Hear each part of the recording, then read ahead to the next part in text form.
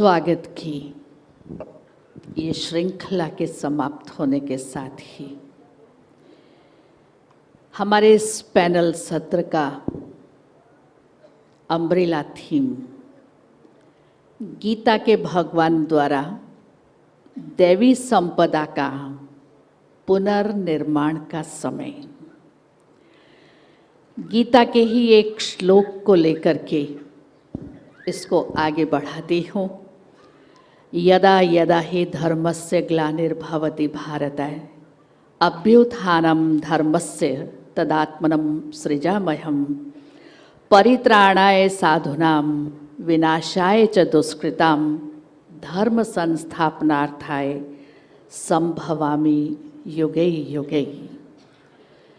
ये चार वाक्य बहुत कुछ कह गए हैं और आज जब हम इस समाज में, इस विश्व में चारों तरफ दृष्टि डालते हैं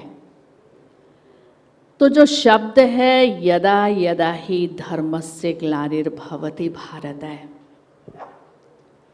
क्या वर्तमान दृश्य, वर्तमान चरित्र और चित्रण जो इस समय समाज का है, जिस वातावरण से, जिस परिवेश में हम रह रहे हैं, क्या ये धर्म ग्लानि को दृष्टिगोचर नहीं कर रहा है? जबकि भारत आदि सनातन है, एक दैवी संस्कृति से संपन्न था, जिस भारत के लिए चीनी यात्री ह्वेनसांग और फाइयान ने भी वर्णन किया। लोग घरों में ताले नहीं लगाते थे। जिस भारत को स्वर्ग भूमि, देवभूमि कहा, जिस भारत के लिए कहा गाय और शेर एक घाट पर पानी पीते थे, जिस भारत में अहिंसा परमो देवी देवता धर्म था, जहाँ भगवान और भगवती राज्य करते थे, सर्व गुणों से संपन्न, 16 कलाओं से संपन्न, मर्यादा पुरुषोत्तम, ऐसी भारत की जो दिव्य संपन्न संस्कृति थी, काल चक्र घूमता है और उस काल चक्र के साथ साथ हर चीज़ का समय होता है। प्रभात होती है, दिन होता है, संध्या काल होता है, सूर्य उदय होता है, अस्त होता है। 6 ऋतुएं 12 मास में चक्र लगाती है। 12 महीनों का चक्र होता है, 7 दिन का चक्र होता है।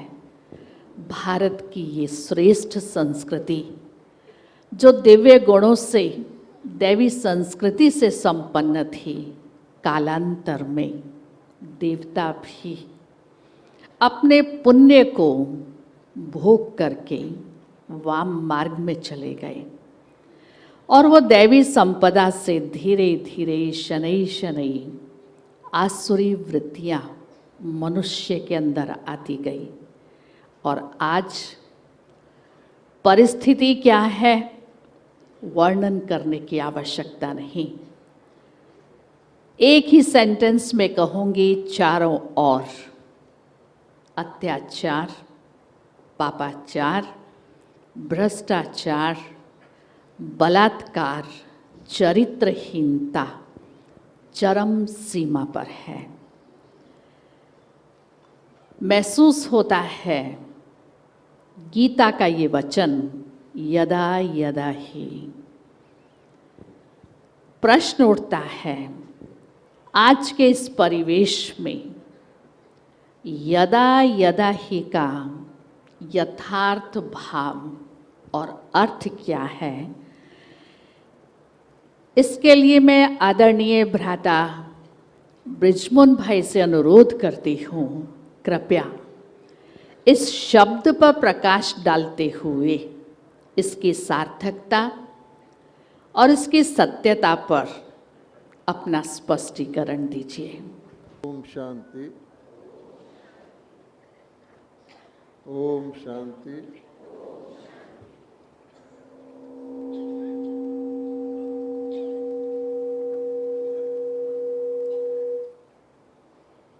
आज हम सब उपस्थित आत्माएं एक बहुत ही गहरे और आज के समाज के लिए बहुत ही आवश्यक विषय पर विचार कर रहे हैं, और वह भी अपनी शक्ति से नहीं। गीता के भगवान ने बार बार इस विश्व को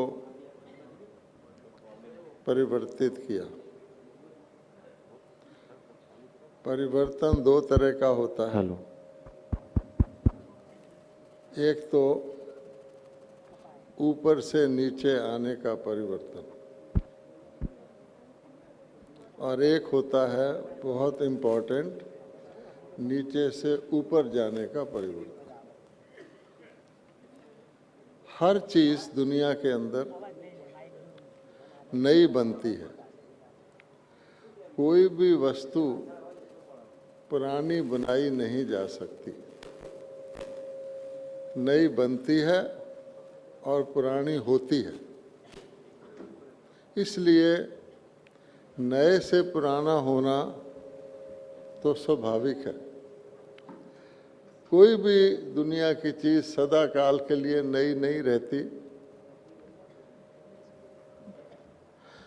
आप देखेंगे दुनिया का नियम है, कोई भी वस्तु सदा नई नहीं रहती।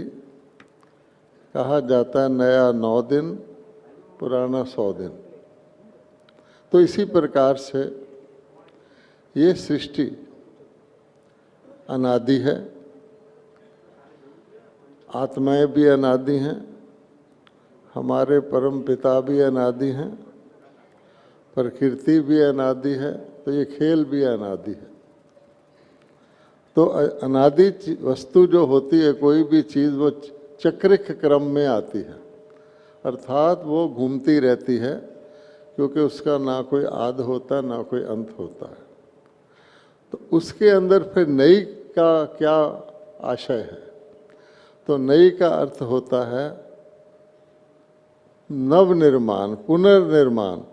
इसीलिए भगवान ने ये शब्द कहे हैं कि यदा यदा, कि जब जब वो नई से पुरानी होती है। नई से पुरानी का इतिहास तो हम सब जानते हैं। पुरानी से नई बहुत इम्पोर्टेंट है, और पुरानी भी कितनी अति पुरानी। तो आप जानते हैं कि बीज जो होता है, बीज अनादि होता है, और बीज से ही वृक्ष पैदा होता है। गीता के भगवान ने कहा है कि मैं बीज रूप हूँ, और नए वृक्ष को, जैसे बीज से वृक्ष पैदा होता है, एक दिन वो जर्जर हो जाता है, और फिर बीज उत्पन्न होता है पुराने को नया पौधा बनाने के लिए। तो आज तक मनुष्य आत्माएं क्या करती रही हैं कि पुराने को ही नया करने की कोशिश करती रही। हम सब चाहते हैं, हर प्रकार के, हर वर्ग के लोग यही चाहते हैं कि दुनिया नई हो जाए, दुख दूर हो जाए, लेकिन पुराने को ही नया करने का प्रयत्न करते हैं। और हम कर भी क्या सकते हैं, और वो भी इम्पोर्टेंट होता है, क्योंकि एकदम जब कोई वस्तु नई से पुरानी होती है तो स्नेह स्नेह होती है, और उसको थोड़ा सा रिपेयर करके, थोड़ा सा ठीक ठाक करके आगे चलाया जाता है। हम अपने शरीरों के साथ भी ऐसा ही करते हैं, अपने घरों के साथ भी ऐसा ही करते हैं। लेकिन रिपेयर की भी कोई लिमिट होती है। रिपेयर होने से वस्तु चलती तो रहती है, लेकिन उसका पुराना होना समाप्त नहीं होता। तो हर प्रकार के समय के अनुसार यत्न कर कर के मनुष्य आत्माओं ने भरसक कोशिश करके इस दुनिया को चलाया, थमाया। इसलिए जो कुछ भी किया गया वो बहुत आवश्यक था और उसको हमें अच्छी तरह से स्वीकार करना चाहिए और उसको भी वैल्यू देना चाहिए। लेकिन आखिर एक दिन ऐसा आ जाता है जिस दिन वो बिल्कुल ही चलने लायक नहीं रहती। तो इसीलिए भगवान के महावाक्य हैं कि यदा यदाए, कि मैंने इस दुनिया को नई किया था और अनेक बार किया है, और परमात्मा कहते हैं मेरा ही काम है प्राणी को नई करना, प्राणी को थमाना, उसको चलाते रहना। इसमें मनुष्य आत्माएँ, महात्माएँ, वैज्ञानिक, हर प्रकार के महापुरुषों ने कोशिश की है। तो ये जो श्लोक है ये बहुत इम्पोर्टेंट है क्योंकि इसमें दो बातें आती हैं। एक तो यदा यदा ही, जब जब, और एक है युगे युगे। अब ये युगे युगे को जो है, क्योंकि आध्यात्मिक ग्रंथ है, सर्वशास्त्र शिरोमणि है, तो युगे युगे का अर्थ लेकर के वो यदा यदाए के अर्थ को छोड़कर अगर यदा यदाए सोचते तो हम सब जानते हैं वर्तमान परिस्थिति इस बात की साक्षात है अब इस विश्व का परिवर्तन होना चाहिए।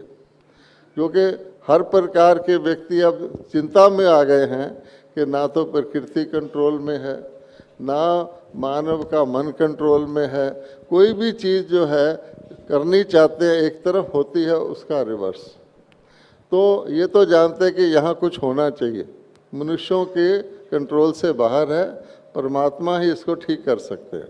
लेकिन जब युगे युगे की बात आ जाती है तो फिर हम चले जाते हैं चार युगों में और इस प्रकार की चीज़ों में। आप सोचिए, सर्वशक्तिवान परमात्मा क्या एक ही बार आकर के विश्व परिवर्तन नहीं कर सकते? और युगे युगे में हमने 4 युगों का चतुर्युगी सृष्टि चक्र को माना है, तो 4 युगों में परमात्मा 4 बार अगर आते तो पहली बार ही जब आते तो उसको पुनः अपने ओरिजिनल स्टेज पे ले आते, तो फिर दूसरी बार, तीसरी बार, चौथी बार आने की तो आवश्यकता ही नहीं होती। जब भगवान आएंगे दुनिया को नहीं बना देंगे। तो इसलिए इसको छोड़कर अगर हम युगे युगे का ये अर्थ लें कि सतयुग, त्रेता, द्वापर, कलयुग में युग शब्द जो है वो 2 बार ही प्रयोग होता है। जैसे हम दिन और रात कहते हैं तो उसमें ये नहीं कहते सुबह, दोपहर, सायंकाल, लेकिन दिन और रात। इसी प्रकार से वो 2 पॉइंट्स जहाँ पर के पुरानी दुनिया को नई होना स्पष्ट दिखाई देता है वो वही हैं कि सतयुग से शुरू हुआ, धीरे धीरे धीरे धीरे कलयुग के अंत तक आ गया जहाँ हम बैठे हैं, और कलयुग के बाद ही सतयुग आता है और सतयुग से पहले ही कलयुग होता है। तो अवश्य ही भगवान ने उस पॉइंट पर जहाँ पर के कलयुग को सतयुग में परिवर्तन करना होता है, और बीज भी जैसे बिल्कुल ओल्ड वृक्ष हो जाता है तो नया पौधा उत्पन्न करता है, वो समय गीता दिखाती है। बहुत सुंदर भाई साहब ने कहा, जब जब को स्पष्ट करते युग युग को भी स्पष्ट किया कि भगवान कल्प में एक ही बार आते हैं और आकर के इस विश्व का परिवर्तन करते हैं। उसे हर संगम पर, हर युग में आने की आवश्यकता नहीं। तो भ्राता मफतलाल जी पटेल से मेरा प्रश्न है कि क्या आप महसूस करते हैं कि शास्त्रों में जो भी धर्म ग्लानि के लक्षण बताए गए हैं वो वर्तमान समय मौजूद हैं, और क्या हम स्वीकार करते हैं कि वर्तमान समय धर्म ग्लानि का समय चल रहा है? ओम शांति। खूब सरस मजानो प्रश्न। पहला प्रश्નમાં પણ સહેજ ચંચુપાત કરું। સંભવામી યુગે યુગે, હવે કૃષ્ણ કહે છે સંભવામી ક્ષણે ક્ષણે। યુગે યુગે નથી સાહેબ, હવે ક્ષણે ક્ષણે જ। ગીતા મારી દ્રષ્ટિએ મલ્ટી ડાયમેન્શનલ ડિવાઇન સોંગ છે। એના એકે એક શ્લોકની અંદર આપણે જીવનને કેમ જીવવું એનું સંપૂર્ણ દર્શન કરાવ્યું છે. જીવન જીવવાની માર્ગદર્શિકા એટલે ગીતા જ. શ્રી અરવિંદને કોઈએ પૂછ્યું, આપણે શા માટે જીવીએ છીએ? અને અરવિંદે જે જવાબ આપ્યો, જીવનની એક એક ક્ષણને જીવવા માટે જીવીએ છીએ. કેટલા ઉચ્ચ વિચારો છે. થોરોને કોઈએ પૂછ્યું કે શ્રેષ્ઠ કળા કઈ, અને થોરો જવાબ આપે છે કે જીવન જીવવાની કળા છે એ શ્રેષ્ઠ કળા છે. જોજો, એ પણ સત્ય હકીકત છે કે માણસ અપૂર્ણ છે, હજુ પૂર્ણ નથી. 1 કલાકનું વ્યાખ્યાન કરી શકાય, પણ સમયની મર્યાદા છે.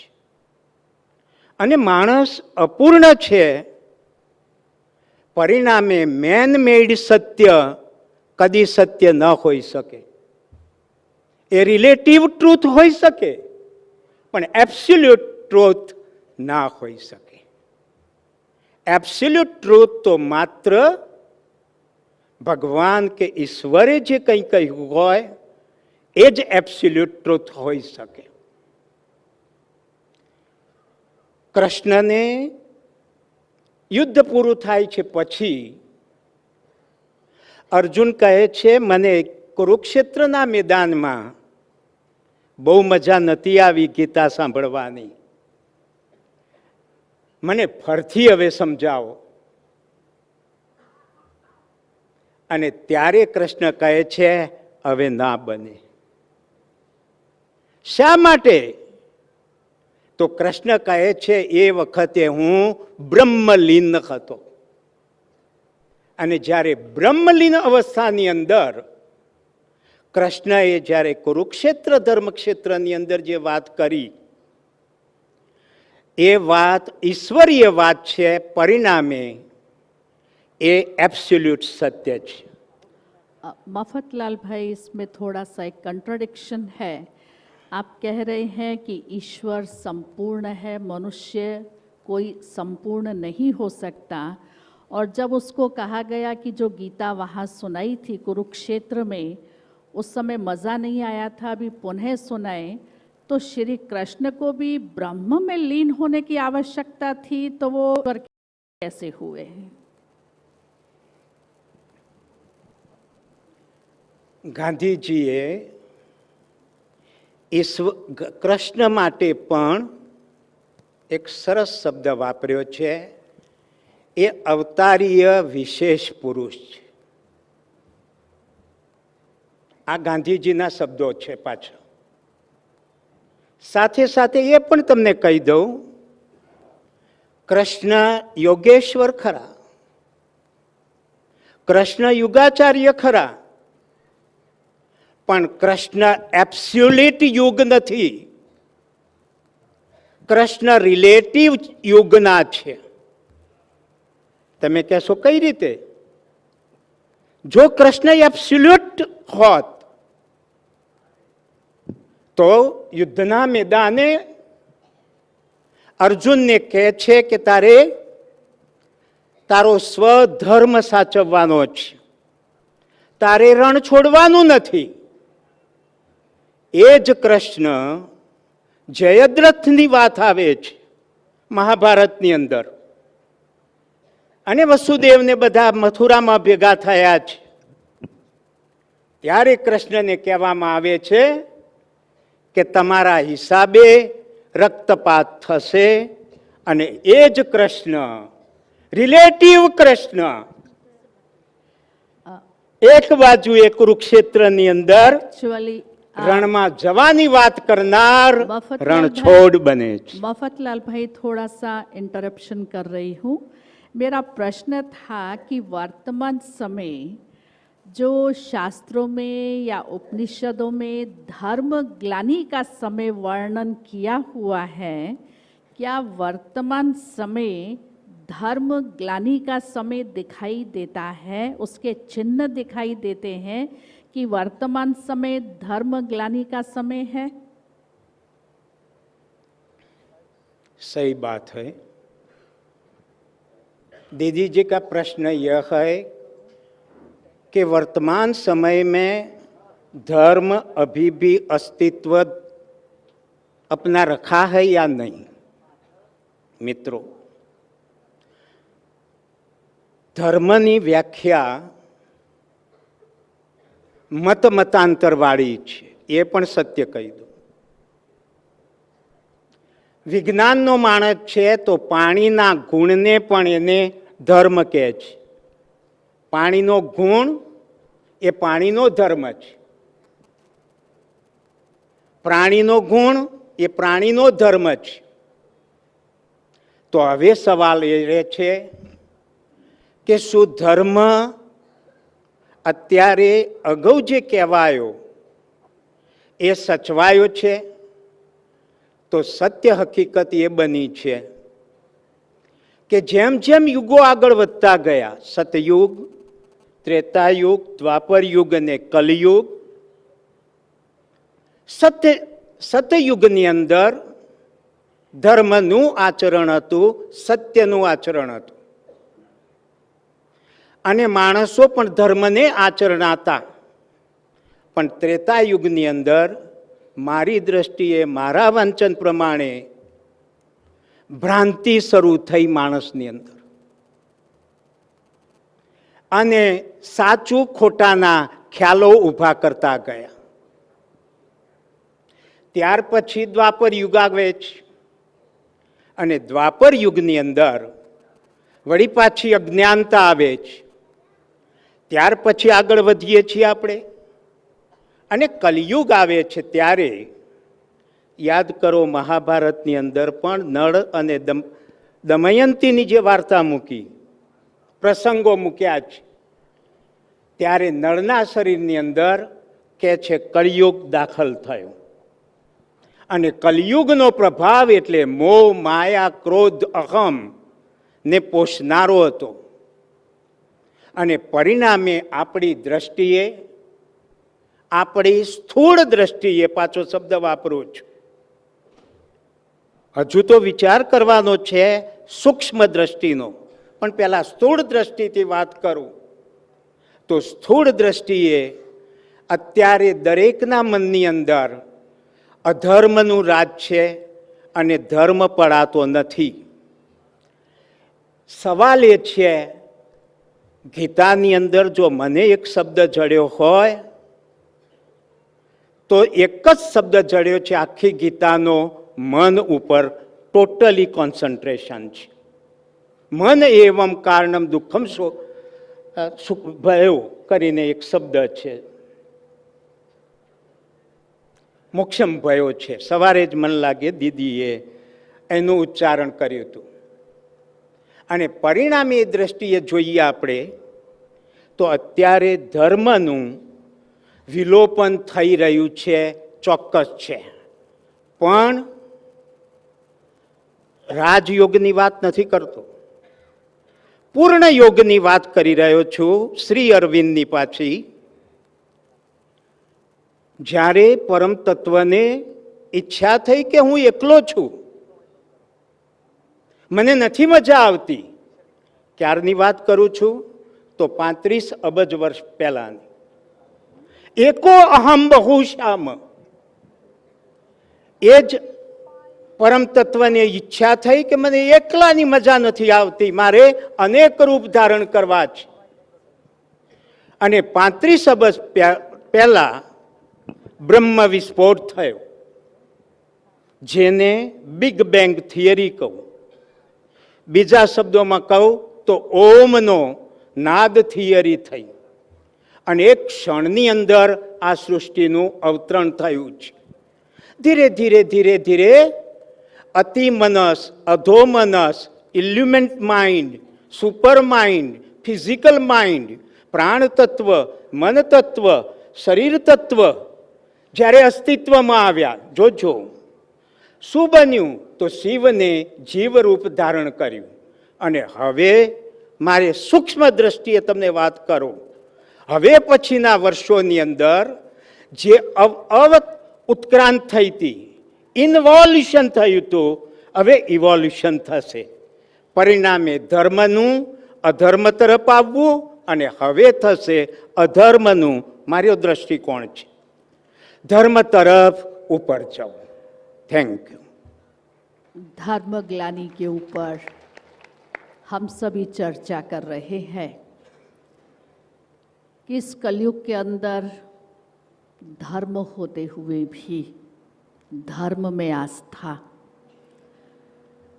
जो दुर्योधन ने भी कहा जानता हूँ धर्म क्या है, आचरण नहीं कर सकता हूँ, अधर्म क्या है छोड़ नहीं सकता हूँ. इससे हम सब क्या समझते हैं? मैं इसी प्रश्न को वीणाबेन से कहूँगी स्पष्ट करें कि वास्तव में धर्म ग्लानि के चिन्ह अथवा लक्षण कौन से हैं जिससे हम सभी समझ सकें कि वास्तव में ये कली काल का अंतिम चरण धर्म ग्लानि का समय है. बहुत सुंदर. वर्तमान के अनुकूल हर एक मनुष्य के लिए ज़रूरी है ये समझना कि धर्म क्या है और धर्म की ग्लानि क्या है, और धर्म ग्लानि हो रही है या नहीं हो रही है. अभी हज़ारों साल का इंतज़ार करना पड़ेगा भगवान को देखने के लिए. भाई साहब ने तो बहुत सुंदर तरह से यदा यदा ही की बातें हमें बताई. यदा यदा ही धर्मस्य ग्लानिर्भवति, जब धर्म की ग्लानि होगी, परित्राणाय साधूनाम विनाशाय च दुष्कृताम. फिर कहता है धर्म संस्थापनार्थाय संभवामि युगे युगे. इन 2 श्लोकों में बहुत कुछ बातें भगवान ने कह दी है जो समझना बहुत ज़रूरी है. धर्म कोई रिलीजन का ट्रांसलेशन नहीं है, पहले हमें ये स्पष्ट करना है. धर्म is not a translation of religion. धर्म इज धर्म. धर्म का मतलब होता है धाराय इति धर्मः. मनुष्य की ऊंची जो धारणा है उसे धर्म कहते हैं. और धृति शब्द के आधार से धर्म का आविर्भाव हुआ या उसका वर्णन किया गया. इसका मतलब है ऊंचा उठना, श्रेष्ठ बनना. तो क्या आज जो हम धर्म मान के चल रहे हैं वो मनुष्यत्व को ऊंचा उठा रहा है? और सब धर्म छोड़ दीजिए, क्या मानवीय धर्म कहीं आपको नजर आ रहा है? आत्मधर्म की बातें बाजू में रखकर भी अगर हम सोचेंगे कि भ्रातृधर्म, पितृधर्म, मातृधर्म, पुत्रीधर्म, पुत्रधर्म, राजधर्म, प्रशासक धर्म, प्रजा धर्म, ये कहीं नजर आ रहे हैं आपको? एक जमाना था हम कहते थे कुपुत्रो जायते क्वचिदपि कुमाता न भवति, लेकिन आज हालत क्या है? बच्चा रो रहा है तो बच्चे को वॉशिंग मशीन में डालकर पीसने वाली माताएं आपको कितनी मिल रही है दुनिया में. गांधी जी ने कहा था कि मेरे भारतवर्ष में स्वतंत्रता के बाद रात के 12 बजे महानगरों के सड़कों पे अकेली महिलाएं निश्चिंतता से चल सके, ऐसा राम राज्य मैं चाहता हूँ. कहीं आपको दूर दूर भी नजर आ रहा है?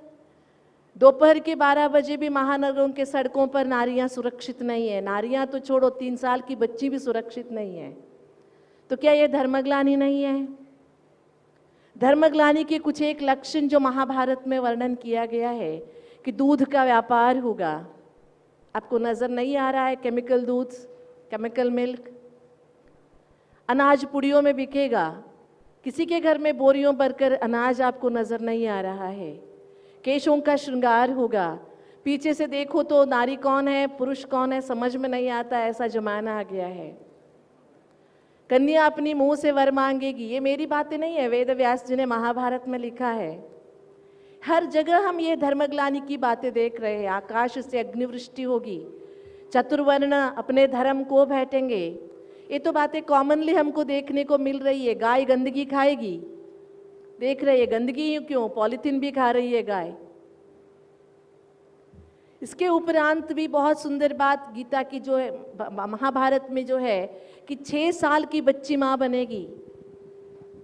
ये तो सुन के हैरान हो जाते थे, लेकिन आजकल आपको कहाँ क्यों नहीं मिल रहा। हमारे भारत में ही पिछले साल 7 साल की बच्ची ने जुड़वे बच्चों को जन्म दिया है। तो क्या ये धर्मग्लानि नहीं है? जो धर्मग्लानि के लक्षण हमारे चारों ओर दिखाई दे रहे हैं। पुत्र अपने धर्म पालन करने के लिए तैयार नहीं है, वृद्धाश्रम बढ़ते जा रहे हैं। क्या ये धर्मग्लानि नहीं है? और मनुष्य में भावनाएं खत्म होती जा रही है। हमारे सामने ही हजारों की मृत्यु हो तो भी हमें कोई फर्क नहीं पड़ रहा है। मानवीयता कहीं दूर दूर तक नजर नहीं आ रही है। क्या ये धर्मग्लानि नहीं है? धर्मस्य ग्लानिर्भवति, ये वो ही समय है।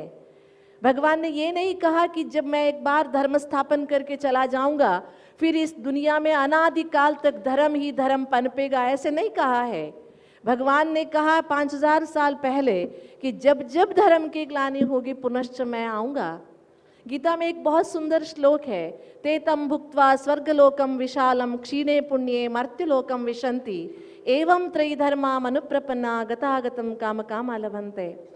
मनुष्य अपने श्रेष्ठ कर्म से पुण्य कमाता है, स्वर्ग लोक में जाता है। जैसे पुण्य क्षीण हो जाते हैं तो मृत्युलोक में आ जाता है, पुनः पुण्य कर्म कमाता है तो फिर जाता है। ऐसे मनुष्यात्मा तीनों गुणों में चक्र में आता ही रहता है, सत्व रजस और तमस। तो मनुष्य ने भगवान के पिछले कल्प के भगवान के आदेश अनुसार पुण्य कमाया, स्वर्ग आया था, फिर पुण्य क्षीण हो गया, अभी नरक आ गया है। कलयुग की नज़ारे तो चारों ओर देख रहे हैं। अभी यही समय है भगवान के अवतरण की, संभवामी की। इसीलिए तो भगवान ने कहा है अवजानन्ति मां मूढ़ा मानुषिम तनुमाश्रितम। तो यही वो समय है, जैसे कि भाई साहब कह रहे थे, युगे युगे नहीं क्षणे क्षणे। लेकिन वास्तविकता ये है हर घर में अभी धर्मग्लानि है, हर दिल में धर्मग्लानि है। तो ऐसे धर्मग्लानि को दूर करने, पुनश्च आत्मधर्म की स्थापना करने के लिए परमपिता परमात्मा को आना अनिवार्य है। बहुत सुंदर प्रैक्टिकल में धर्मग्लानि के लक्षण और चिन्ह इस वर्तमान समाज में दिखाई दे रहे हैं। और उन सबको देखते हुए क्या आपके अंदर ये सोच, ये विचार, ये संकल्प जागृत नहीं होता है कि अगर ये सब कुछ है तो परमात्मा इस धरा पर होने चाहिए अपने गीता के वचन के अनुसार? समझते हैं होने चाहिए? यस और नो?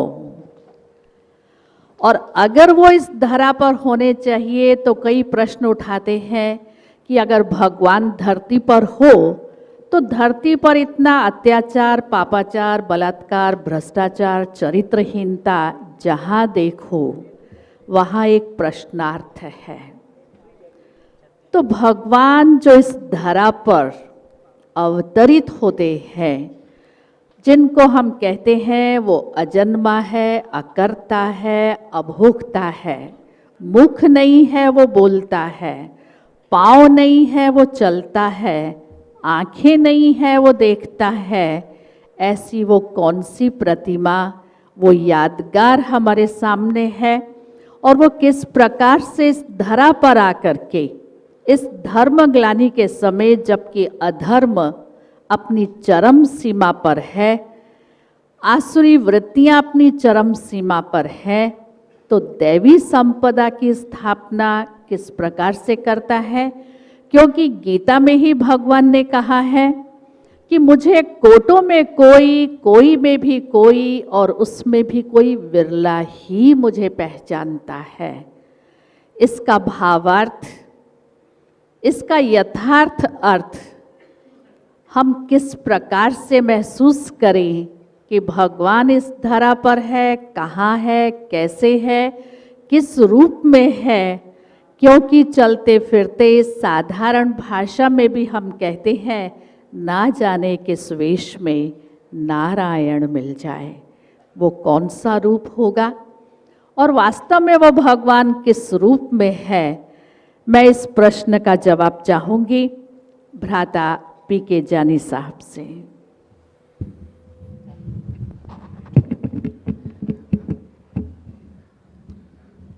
ओम शांति। मंच पर બિરાજમાન વિદ્વાન વક્તાઓને મારા વંદન અને આ વિશાળ હોલમાં મોટી સંખ્યામાં પધારેલ તમામ ભાઈઓ બહેનોને મારા વંદન। હું મારા વિચારો, આ પ્રશ્નનો જવાબ તો હું આપું છું, પરંતુ એક વકીલ તરીકે અને એક સમાજ જીવનના વ્યક્તિ તરીકે હું મારા વિચારો વ્યક્ત કરું છું। બહુ સરસ વાત કરી કે સમાજ, આપણો દેશ આ સમય કેવો વિકટ પરિસ્થિતિમાંથી આપણે પસાર થઈ રહ્યા છીએ,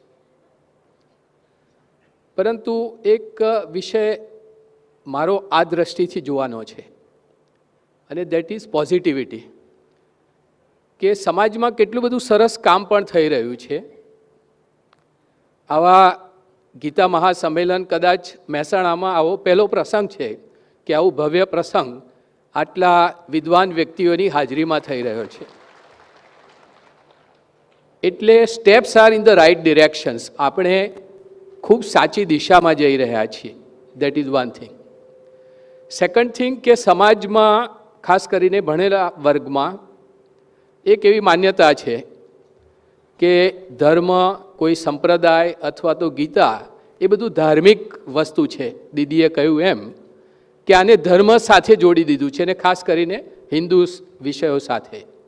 મારા વકીલ મિત્રો છે એ બધા એમ કહે છે કે આ ભગવાનને બધું તમે બધું છે, બધી વાત માણસ છે। પછી ભ્રાતા મફતભાઈએ કહ્યું એમ કે મારી જોડે દલીલ કરતા હોય છે કે સાયન્ટિસ્ટ હોપકિન્સે તો એવું કહ્યું, બિગ બેંગ થિયરીની વાત કરી કે એક મોટો ધડાકો થયો, પૃથ્વી સર્જાઈ, ગ્રહો બન્યા, તારાઓ બન્યા, અવકાશ બન્યું, ઓક્સિજન થયો, કાર્બન ડાયોક્સાઇડ થયો, નાઇટ્રોજન થયો અને જીવસૃષ્ટિ આવી, ધેટ્સ ઓલ। પછી તમારે કે બહુ આ વિવાદને આ ચર્ચા કરવાની જરૂર જ નથી કે છે। અને માણસો જેમ વનસ્પતિ પ્રાણીઓ જન્મે છે, મૃત્યુ પામે છે, એમ આપણે જન્મીએ છીએ, મૃત્યુ પામે છે। આવું ખૂબ અતિશય ભણેલા લોકો માને છે, અને એમ કે ધર્મ સાથે જોડાવું કે આવા વિષયો સાથે ચર્ચા કરવી એને બેકવર્ડનેસ કહેવામાં આવે છે। એટલે આ દૃષ્ટિકોણ અને આ અભિગમ જ્યાં સુધી બદલાશે નહીં ત્યાં સુધી હું માનું છું કે આ જે આપણે વિકૃત સ્વરૂપ સમાજ જીવનનું જોઈ રહ્યા છીએ તે બદલવું બહુ જ મુશ્કેલ છે। બીજી બાબત કે ગીતા જ્ઞાન યજ્ઞનું જે આ સુંદર આયોજન થયું, 5 વર્ષ પહેલાં અમદાવાદમાં કેવી આપણા સમાજ જીવનમાં કેવી વિચારધારાઓ ચાલે છે એનો દાખલો આપું। સુપ્રીમ કોર્ટના જજ શ્રી A.R. દવે સાહેબ એક ફંક્શનમાં આવ્યા અને પોતે ખૂબ અભ્યાસુ, એટલે એમણે એમ કહ્યું કે યુવાનોના અસરકારક ઘડતર માટે તેમને ગીતાનો અભ્યાસ કરાવવો જોઈએ। તો બીજા દિવસે સમાચાર પત્રોમાં આવ્યું, એટલે નેશનલ ટીવીવાળાએ અને ન્યૂઝપેપર્સે આખો એક વિવાદ મૂક્યો કે સુપ્રીમ કોર્ટના જજ તો નિષ્પક્ષ હોય, આ દેશમાં અનેક ધર્મો છે, એટલે ગીતા માટે જ શા માટે કહ્યું, શા માટે એમણે અન્ય ધર્મના પુસ્તકો માટે ના કહ્યું? માટે આ જજ સાહેબ એ બહુ પક્ષપાતી વલણ લીધું છે, ને પછી તો ઘણી ચર્ચાઓ ચાલી। એ સાહેબ જ્યારે મળે ત્યારે એમ કે પ્રકાશ, મેં આ વાત બહુ ઓબ્જેક્ટિવલી કહેલી હતી, અને ગીતા એ કોઈ ધર્મનું પુસ્તક જ નથી, એ જીવન જીવવાની કળા છે।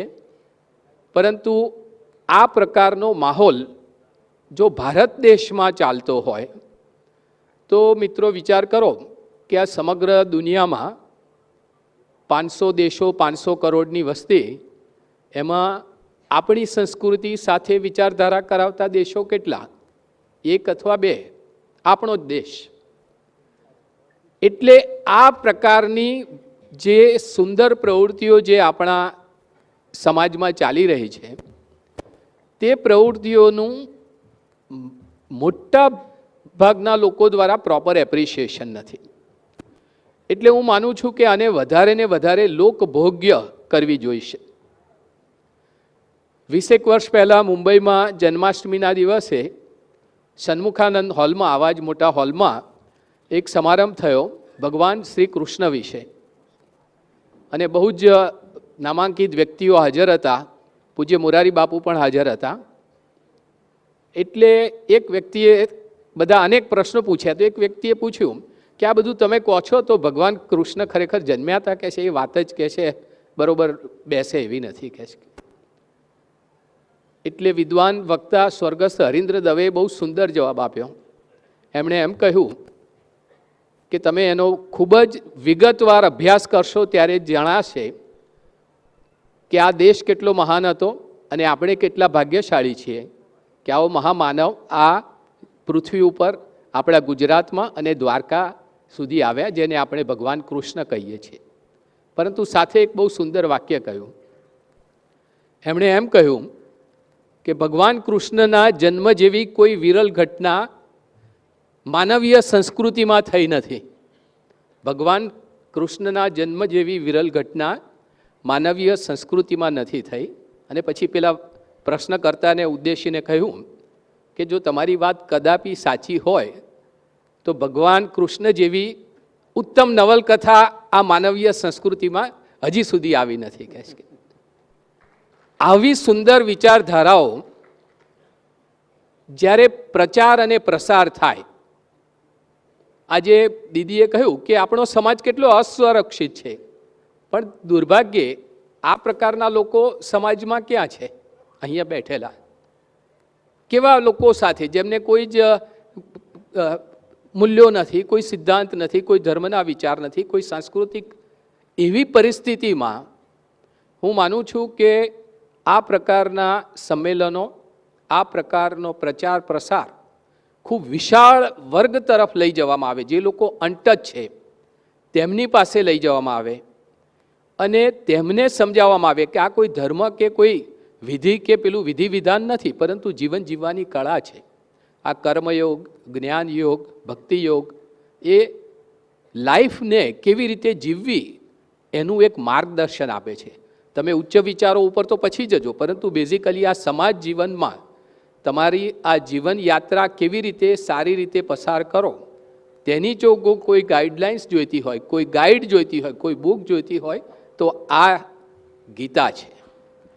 હું માનું છું કે આ પ્રકારના દ્રષ્ટિકોણથી આવી જે સુંદર કામ થઈ રહ્યું છે તેને આગળ વધારવામાં આવે, એનો પ્રસાર કરવામાં આવે, પ્રચાર કરવામાં આવે તો હું માનું છું કે અત્યારના આ જે અંધકાર ભર્યા સમયમાં થી આપણે જરૂર બહાર આવીશું. અને મારું તો એક વ્યક્તિ તરીકે એવું મૂલ્યાંકન છે કે આપણી સમાજમાં આ બધી સુંદર સંસ્થાઓ જે કામ કરી રહી છે એને કારણે આટલી બધી પોઝિટિવિટી આવી રહી છે. મારી વાત એ કરીને પૂરી કરીશ. એક નાનકડી વાત છે કે જંગલમાં આગ લાગી એટલે જંગલના રાજા સિંહે બધાને બહાર કાઢ્યા.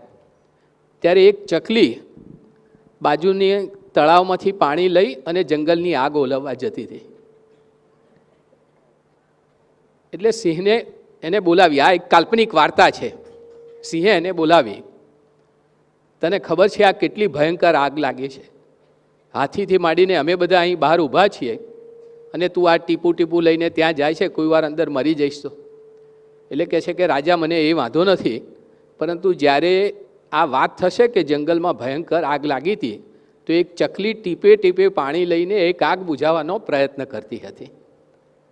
આ સંસ્થાઓ આ ધાર્મિક સંસ્થાઓ નથી, આ સમાજને પરિવર્તન લાવતી સંસ્થાઓ છે.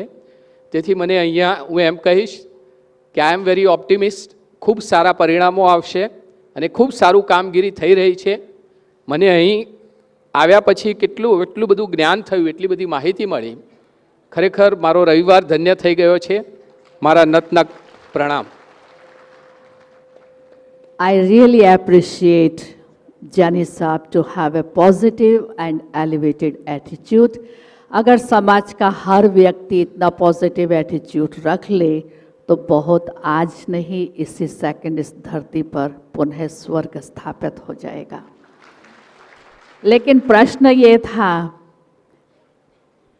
सभी का लक्ष्य है मानव में परिवर्तन हो, समाज में परिवर्तन हो, संस्कार बदले, आसुरी वृत्तियां समाप्त हो करके पुनः इस धरा पर दैवी संस्कृति की पुनर्स्थापना हो।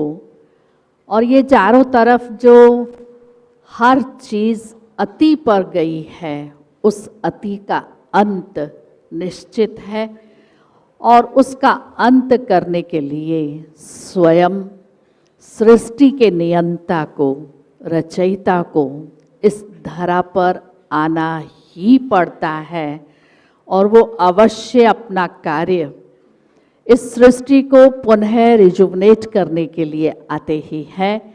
मैं सरला बहन जी से अनुरोध करती हूँ कि आप अपने विचार इस पर देते हुए इस प्रश्न का स्पष्टीकरण करें। ओम शांति। बहुत सुंदर चर्चा हम सुन रहे हैं।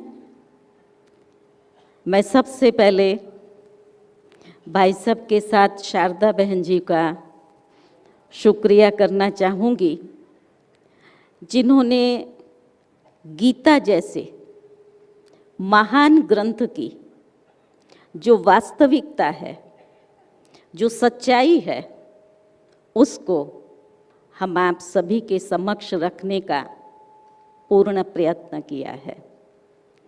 जब इस सच्चाई को मानव समझेगा तब ही सत्य स्वरूप में स्थित हो सकेगा। आपने मुझसे अनुरोध किया कि ऐसा धर्मग्लानि का समय, और भगवान ने ये महावाक्य उच्चारे कि मैं आता हूँ, तो क्या कहीं आया हुआ है? और अगर परमात्मा कोई साकार स्वरूप में आ जाए, श्री कृष्ण के सजे सजाए स्वरूप में आ जाए, तो मैं नहीं समझती हूँ कि कोई व्यक्ति ऐसा होगा जो अपनी दुकान या मकान छोड़कर उसके पीछे नहीं भागेगा। लेकिन ये निश्चित है, भगवान ने खुद वायदा किया है कि मैं धर्मग्लानि के समय अवतरित होता हूँ। तो सबसे पहले हम इस बात को स्पष्ट करेंगे कि भगवान वो एक है। आप सब इस बात से सहमत हैं? God is one. यस, वो भगवान जिसको सर्वज्ञ कहते हैं, सभी धर्म वाले लोग मानते हैं। हिंदू, मुस्लिम, सिख, ईसाई सभी ने उसको माना है और उसका जो अपना असली स्वरूप है वो है ज्योति बिंदु स्वरूप। किसी ने पॉइंट ऑफ लाइट कहा, किसने उसको ज्योति बिंदु कहा, किसने निराकार कहा, खुदा, गॉड, ईश्वर, अल्लाह भिन्न भिन्न नामों से पुकारा। तो दूसरा ये सत्य है कि भगवान कोई भी साकार स्वरूप में हमारे सामने नहीं आता, लेकिन निराकार साकार का आधार लेकर अपना कर्तव्य करता है। इसीलिए परमात्मा के महिमा में ये शब्द यूज किया जाता है स्वयं भू। वो स्वयं इस भू पर अर्थात धरा पर अवतरित होता है। कैसे अवतरित होता है?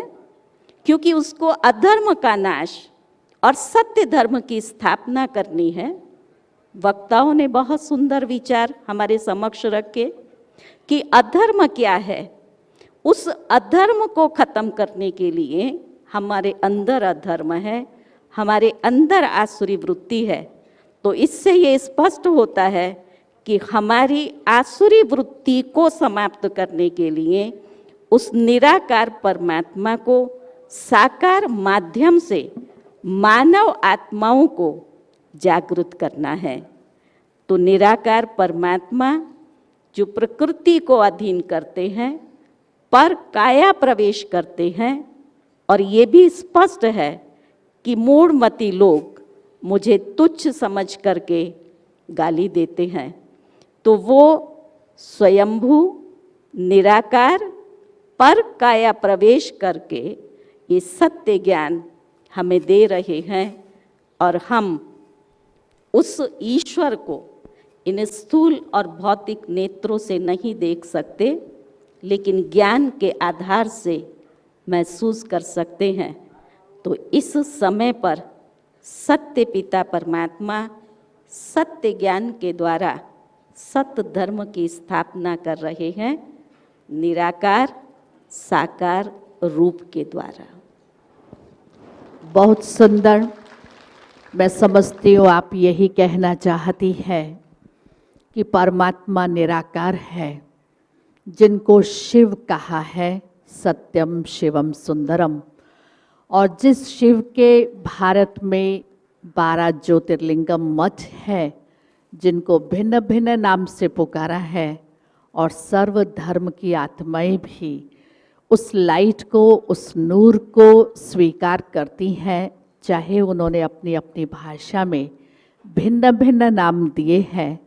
इसके साथ ही मैं अब भ्राता बृजमोहन जी से फिर से एक प्रश्न पूछना चाहती हूँ कि परमात्मा निराकार इस साकार धरा पर अवतरित होते हैं।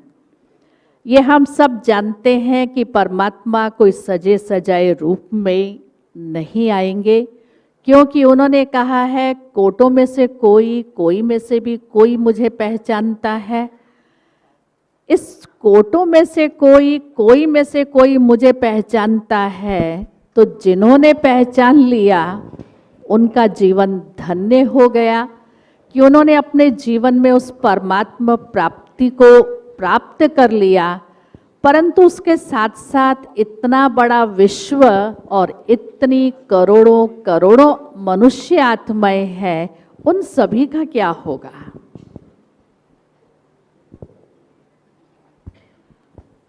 अभी कुछ ही समय में आदरणीय रतन मोहिनी दादी जी भी हम सभी के बीच पहुंच रही हैं। ओम शांति। वैसे तो हमारे भाई गुजराती में बोल रहे थे, परंतु मिलती जुलती है, तो मैं उस सब का भाव अर्थ समझ रहा था। पहली बात यह है कि श्रीमद् भगवद गीता, गीता का भगवान, हमको ये देखना है कि परमपिता परमात्मा का अवतरण सारी दुनिया के लिए होता है या व्यक्तिगत कुछ मनुष्य आत्माओं के लिए होता है, क्योंकि परमात्मा सारी दुनिया की ही आत्माओं के परमपिता हैं। इसलिए पहली बात ये देखने की है कि भगवद गीता को हम व्यक्ति की उन्नति, व्यक्ति के जीवन में सुधार, व्यक्ति के तनाव मुक्ति इत्यादि के दृष्टिकोण से ना देखें, क्योंकि वो तो हो ही जाएगा जबकि परमात्मा सारी दुनिया के लिए आते हैं। परंतु बेसिक बात यह है कि क्या परमात्मा का सृष्टि पर आना कोई साधारण बात नहीं है। पैगंबर आए, महापुरुष आए, तो परमात्मा का अवतरण का अर्थ है सारी दुनिया का परिवर्तन। तो उस परिप्रेक्ष्य में हम गीता के भगवान को देखते हैं। अब रह गई बात जो पुस्तक है श्रीमद् भगवद गीता। एक स्टूडेंट था, उसका रिजल्ट निकला, तो घर आया, माता पिता ने पूछा क्या रिजल्ट रहा? बोला जी बहुत अच्छा। माता पिता ने पूछा क्या रहा? तो बोला अब इस साल आपको नई पुस्तकें नहीं लेनी पड़ेंगी। ये रिजल्ट निकला है मेरा। तो इसी प्रकार से हमको सोचना चाहिए कि हमारे ये जो ग्रंथ हैं, सर्व शास्त्र शिरोमणि, उसमें भगवद गीता है। अच्छा, हमारी पुस्तक क्यों नहीं बदलती? ये एक बहुत बड़ा प्रश्न है, छोटा मुंह बड़ी बात है, लेकिन आप सोचिए कि हर व्यक्ति एक क्लास से दूसरी में जाता है, उसकी पुस्तक बदल जाती है।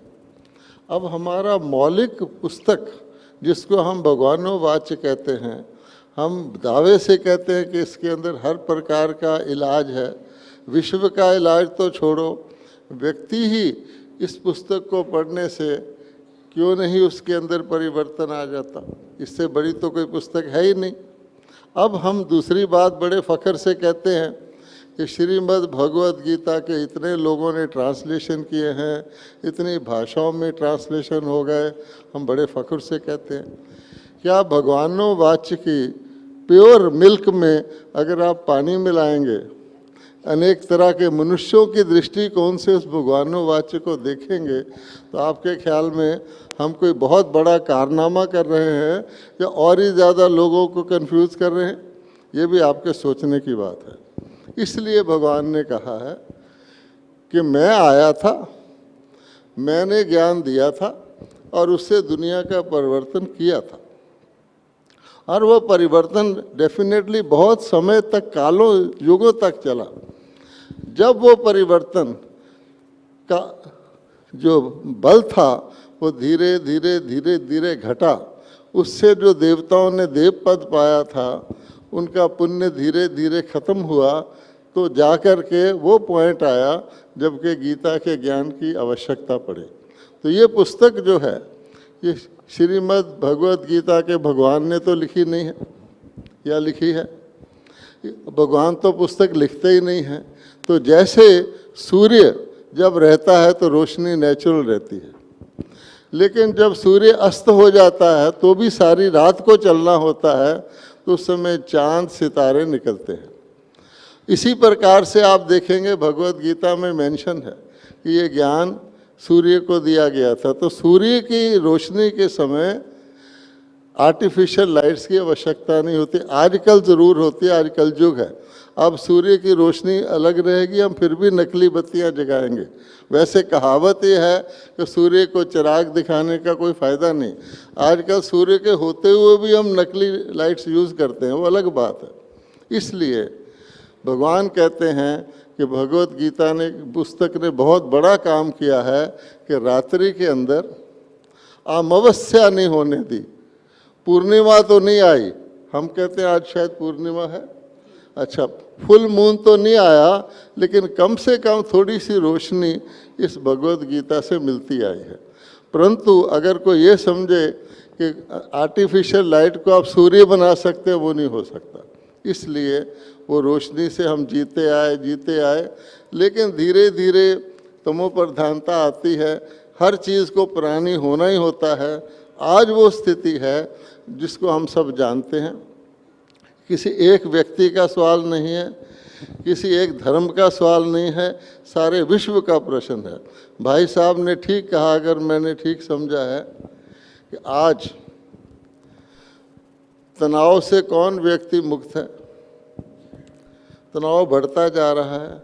चिंता से कौन व्यक्ति मुक्त है? भय से कौन व्यक्ति मुक्त है? असुरक्षा से कौन व्यक्ति मुक्त है?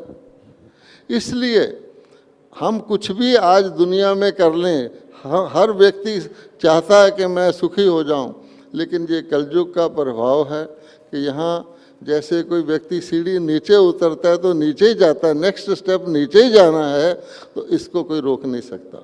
ऐसी परिस्थिति जब आ जाती है, भगवत गीता है, गीता के अनेक पाठी हैं।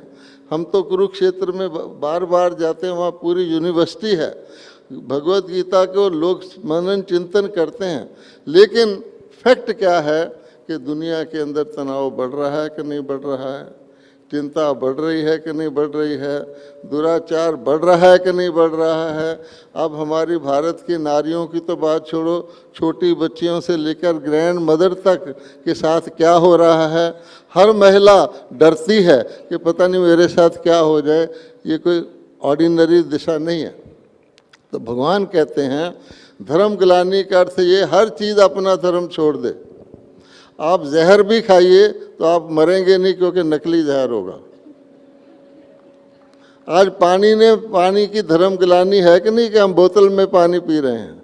हवा में धर्म गिलानी है कि नहीं, हम प्रदूषण कर रहे हैं। हर चीज़ हर व्यक्ति चाहते हुए भी पालन नहीं कर सकता। हर जज चाहता है कि मैं न्याय करूं, लेकिन कई प्रकार से उसके हाथ बंधे हुए हैं। हर वकील चाहता है कि मैं ठीक तरह से करूं। एक भी व्यक्ति नहीं है दुनिया के अंदर, हमारे देश के नेताओं को देख लो, वो जो करना चाहते हैं नहीं कर पाते हैं। इसको कहते हैं हेल्पलेसनेस। तो ऐसी परिस्थिति में कौन रोशनी दिखाएगा? और एक की बात नहीं, सारे विश्व का सवाल है, बहुत कॉम्प्लिकेटेड सवाल है। इसलिए भगवान कहते हैं कि मुझे फिर स्वयं आना पड़ता है। ज्ञान सूर्य स्वयं आकर के परिवर्तन करते हैं। अब बहन जी का जो प्रश्न है वो भी बहुत गहरा प्रश्न है। वो प्रश्न ये है कि भगवान जानते हैं कि पापी और पुण्य आत्मा इकट्ठे नहीं रह सकते, रह ही नहीं सकते, क्योंकि पुण्य आत्माओं को पापी लोग जीने नहीं देंगे। आज भी आप देख लीजिए दुनिया के अंदर जो भी लॉ अबाइडिंग सिटीजन होगा उसको तकलीफ होगी, और जो लॉ तोड़ने वाला होगा वो मौज करेगा। आजकल लोग कहते हैं कि नहीं, अब उसका मॉरल क्या है कि इसका मतलब लॉ तोड़ो। इसलिए भगवान कहता है कि दो प्रकार के संपदा उसने बताए हैं कि सीधे सीधी बात है, एक आसुरी संपदा, एक दैवी संपदा। जब आसुरी संपदा है तो दैवी संपदा हो नहीं सकती, उसको जीने ही नहीं कोई देगा, क्यों? उसने शांति से जीना है, प्रेम से जीना है, ऑनेस्टी से जीना है। एक लड़का इंटरव्यू के लिए गया, उसने कहा जी मैं ईमानदार हूँ, वफादार हूँ, सिंसियर हूँ, फेथफुल हूँ, लॉयल हूँ। तो उसने कहा यहाँ किस लिए आए हो फिर? तो जिस ज़माने में ये हाल हो, आप सोचिए, हम ब्रह्मा कुमार कुमारियाँ ऐसे ही थोड़ी सोच इस ज्ञान के अंदर लग गए हैं। हमने कुछ देखा है, करके देखा है। Lakhs of people around the world इस बात को समझे हैं। तो हम ये चाहते हैं हमारे गुजरात के भाई बहन, गुजरात जो कि श्री कृष्ण जी को बहुत भावना से मानते हैं। मेरी माता जी मथुरा में रहती हैं, मैं भी जाता रहा हूँ, तो वहाँ देखिए आप कितने गुजराती लोग श्री कृष्ण जी को इतने यात्री वहाँ पर आते हैं। और घर घर में भी मैंने सुबह भी कहा था कि गुजरात में घर घर में झूला है। ये किस चीज़ की निशानी है? यहाँ गरबा होता है, ये किस चीज़ की निशानी है? यहाँ घर को साफ रखा जाता है, नंगे पाँव घर में घूम आइए, आपके पाँव में मिट्टी नहीं नज़र आएगी, जैसे मंदिर होता है। किस चीज़ की निशानी है? सात्विकता अब बिगड़ने लग गई, लेकिन गुजरातियों की सात्विकता तो हमने विश्व में जाके देखा किस प्रकार से वो भारत की सभ्यता को संभालते हैं। तो यहाँ पर बहुत आवश्यक है हम इस विषय को डिस्कस करें, और इसमें ये ना जाए मैं राइट हूँ या तुम राइट हो, हम इसमें डिबेट नहीं करना चाहते। लेकिन एक परिस्थिति है जिसको सबके आगे हमको लाना है कि क्या इस समय विश्व परिवर्तन कोई और कर सकता है? क्योंकि सारे प्रोसेसेस फेल हो गए हैं, हमारी पुस्तकें हैं, उनके बावजूद भी ये है।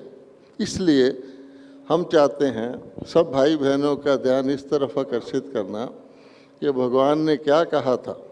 बहन जी ने पूछा, आपने भी कहा, अगर भगवान गीता के आते हैं तो किस रूप में आते हैं और लोग उनको क्यों नहीं पहचानते?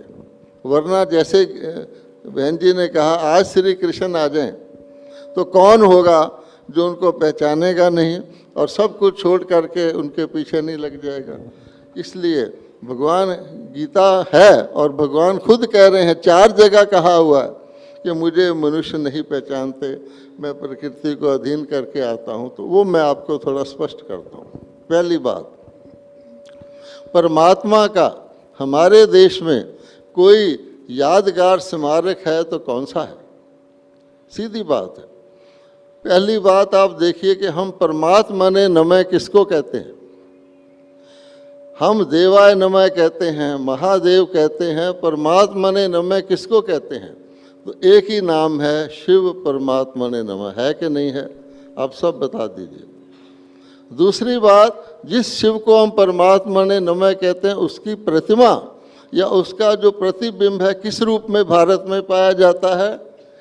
ज्योतिर्लिंगम के रूप में, जिसको हम शिवलिंग कहते हैं। वैसे तो ज्योतिर्लिंगम है, क्योंकि ज्योतिर्लिंगम मठ भारत में प्रसिद्ध हैं और कश्मीर से लेकर कन्याकुमारी तक उसके यादगार हैं। निराकार है, ज्योति स्वरूप है, यही गीता में लिखा हुआ है। आगे चलिए, अब वो निराकार ज्योति स्वरूप परमात्मा को बोलना है, क्योंकि कोई कार सड़क पे खड़ी है तो अपने आप गैरेज में नहीं जाएगी, उसको टो किया जाएगा। हम आत्माओं के पर टूटे हुए हैं, हमको भगवान आकर के ज्ञान देगा, हम ऊपर जाएंगे या अपने आप जा सकते हैं। इसलिए वो कहते हैं मैं आता हूँ। अब रह गई बात किस रूप में आते हैं। तो हमारे भगवत गीता को तो मैं बाद में कहता हूँ, हमारे देश में एक लोक कथा प्रसिद्ध है कि शिव जी से गंगा निकली थी, जिसको भागीरथ शंख बजाते हुए भारत में लाए थे। ये सब ने सुनी है कि नहीं सुनी है? शिव से गंगा निकली थी, जिसको भागीरथ शंख बजाते हुए भारत में लाए थे। वो कौन सी गंगा थी? जिसका यादगार ये पानी की गंगा है। वो भागीरथ कौन थे? जिन्होंने शंख बजाया था। भागीरथ का अर्थ होता है भाग्यशाली शरीर रूपी रथ। तो निराकार परमात्मा शिव जिस शरीर का आधार लेते हैं भगवानोवाच करने के लिए, उसका नाम है भाग्यशाली शरीर रूपी रथ, और उन्होंने शंख बजाया। अच्छा, अब आ जाइए गीता पर। भगवत गीता में सेकंड चैप्टर के बाद तीसरे चैप्टर में भगवान ने क्या कहा है कि कल्प के आदि में ब्रह्मा जी ने यज्ञ रचा, जिसके द्वारा देवता उत्पन्न हुए। है कि नहीं है? अच्छा, अब देखिए कि हम दुष्टों के विनाश की बात तो बहुत करते हैं, और उसमें भी कन्फ्यूज़न है कि क्या हम किसी को शरीर का वध करके पापी का नाश कर सकते हैं? वैसे भी कहा जाता है hate the sin not the sinner. आप किसी पापी का या किसी के अंदर जो विकार हैं, काम क्रोध लोभ है, उनका स्थूल किसी साधन से विनाश कर सकते हैं? नहीं कर सकते, उसको छोड़ दो। भगवान कहता है कि मैं पुरानी दुनिया को ख़त्म करके नई बनाता हूँ, जो नई में देवी देवता होंगे कि नहीं होंगे? देवी देवताओं के नर से नारायण बनाने की सत्यनारायण की कथा ही भगवत गीता है। अब आप बताइए कि वो नारायण बनाने का जो लिखा है, ब्रह्मा जी के द्वारा यज्ञ रचा, देव से देवता उत्पन्न हुए और वृद्धि को पाए, वो क्या मामला है? क्या ऐसा स्थूल यज्ञ से देवता उत्पन्न होते हैं, या भगवान ने कोई ज्ञान यज्ञ रचा होगा जिसके द्वारा देवता रचे गए? और ब्राह्मण ही यज्ञ रचते हैं। तो हमेशा कहा जाता है ब्राह्मण देवी देवाय नमः, कि देवताओं से पहले ब्राह्मण बनना पड़ता है। ब्राह्मण कोई कास्ट का ब्राह्मण नहीं, लेकिन वो ब्रह्मा जी की संतान, क्योंकि कहा जाता है ब्रह्मा के मुख से ब्राह्मण निकले थे। तो हम आपको शॉर्ट में बताना चाहते हैं, परमात्मा निराकार शिव कलयुग के अंत में सतयुग बनाने के लिए आते हैं। कलयुग के अंत में श्री कृष्ण जी जैसा देवता की तो परछाई नहीं पड़ सकती। यहाँ श्री कृष्ण जी आ जाएं तो मेरा ख्याल एक ही डीजल का कार का धुआं लग जाए तो वो जी नहीं सकते। तो देवताओं तो यहाँ आ ही नहीं सकते। हमारे जैसे लोग आते हैं जिनका सिस्टम चेंज हो गया, हम ऑक्सीजन की जगह कार्बन डाइऑक्साइड इनहेल करते हैं आजकल। इसलिए भगवान कहते हैं मैं साधारण तन में आता हूँ, प्रकृति को अधीन करके आता हूँ, जन्म नहीं लेता हूँ, अवतरित होता हूँ। याद रखें, अवतरित।